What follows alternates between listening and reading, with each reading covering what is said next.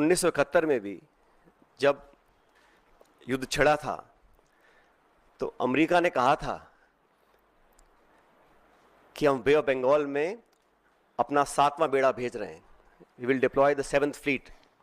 That's what the Americans said. But despite that, the then government and Indira ji went ahead and did what was in a supreme national interest. आज हम उनको याद करते हैं कि वो नेतृत्व ऐसा था जहां पर नेशनल इंटरेस्ट को सबसे ऊपर रखा गया. और आज भी आपको याद होगा जब पार्लियामेंट पर आक्रमण हुआ था, वाजपेयी जी प्रधानमंत्री थे, सोनिया गांधी जी नेता प्रतिपक्ष थी. सदन के पटन पर उन्होंने खड़े होकर कहा था कि भारत, पूरा देश और पूरा विपक्ष सरकार के साथ है, जो भी उचित कदम उठाना है उसको उठाएं और निसंकोच उठाएं, हम आपके साथ रहेंगे.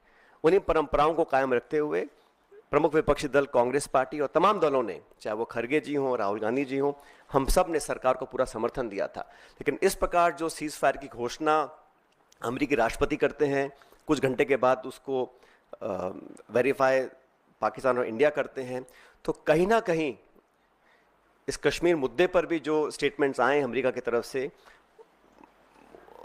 उस पर सरकार को अपना पक्ष रखना चाहिए, क्योंकि ये बायलैटरल इशू है. इसका अंतर्राष्ट्रीयकरण करने की जो कोशिश की जा रही है इस पूरे प्रकरण के माध्यम से, मैं इसको ठीक नहीं समझता हूं.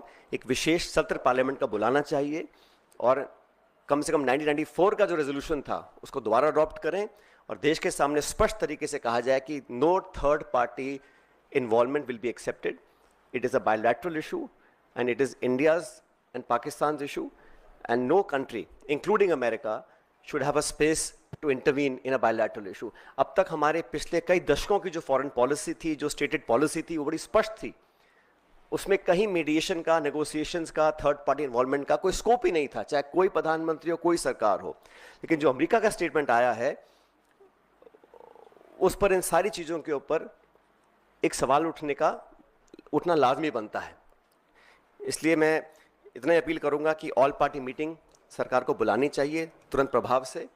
और हमारे सैनिकों ने पिछले दिनों में जो कर दिखाया है, मुझे लगता है कि उस पर हम सबको बड़ा फख्र है, बड़ा नाज है. और हमारी सेनाओं का जो बल, जो ताकत, जो शौर्य, जो वीरता, जो कार्यकुशलता, जो प्रिसिशन, जिस जांबाजी से उन्होंने मजा चखाने का काम किया है पाकिस्तान को, उन सब पर हमको बड़ा नाज है, बड़ा फख्र है. Thank you.